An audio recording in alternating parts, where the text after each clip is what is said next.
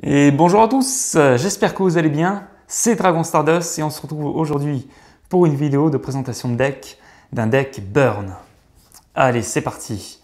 Alors, dans ce deck Burn, qu'est-ce qu'on a? On a 3 marshmallows. Super effet ça.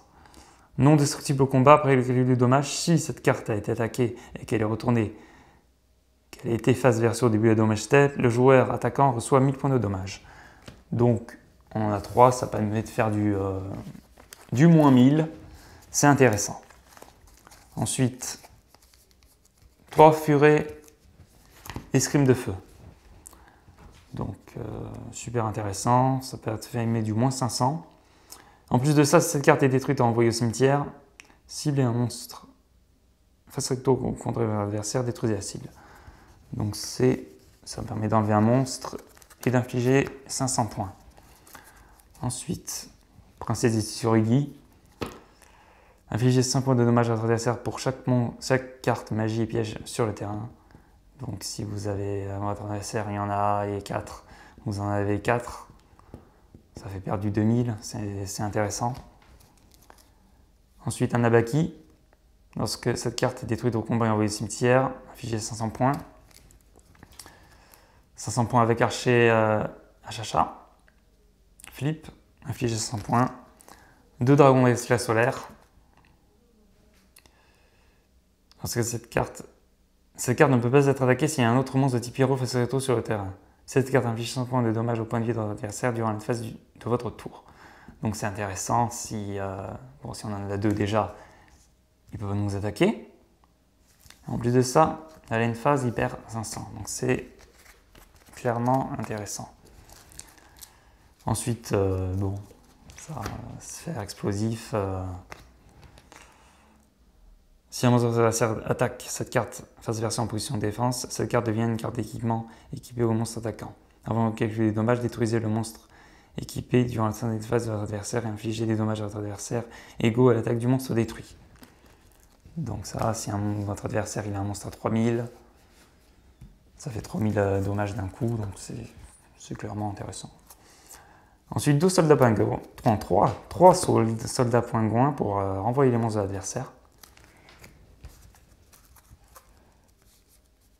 2 épouvantails de ferraille et 2 pendeliers de combat. Ensuite, livre de la lune. Bon, ça, on en met 3. Toujours intéressant si on a le marshmallow.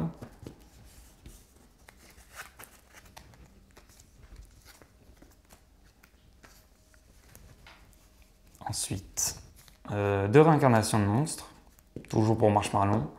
Marshmallow, ça peut être pour marshmallow, ça peut être pour la sphère explosive aussi. Ensuite, un Okasi, ça permet d'enlever 800 points, c'est intéressant. Un Naissance des monstres, 2 épées de lumière révélatrices. Allez, on passe au piège. Bien sûr, 3 cylindres magiques, 2 anneaux de destruction, explosion ctonienne. Vraiment sympa ça. Vous ne pouvez activer ces cartes lorsqu'un monstre face recto sur votre terrain est détruit et envoyé au cimetière. Détruisez un monstre face recto sur le terrain avec l'attaque la plus basse, chaque joueur reçoit des dommages égaux à la moitié de son attaque. Donc ça, c'est surtout pour finir un duel. Surtout pour terminer le match. C'est intéressant ça. Un trio Jama.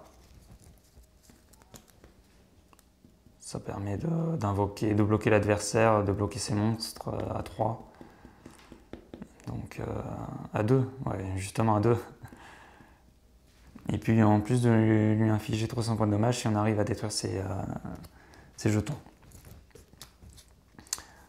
Ensuite, un appel de la trentaine, une puissance sans naissance, un épouvantail de ferraille, du trappe sans fond pour bannir, et une force de miroir. Donc voilà, c'était la présentation de ce deck. J'espère qu'elle vous a plu. N'hésitez pas à mettre un pouce bleu et à vous abonner à la chaîne. Et surtout, j'attends vos commentaires pour savoir si vous avez une autre variante de deck Burn, qu'est-ce que vous mettriez en plus, qu'est-ce que vous enlèverez. Allez, je vous dis à très bientôt. Bonne journée à vous.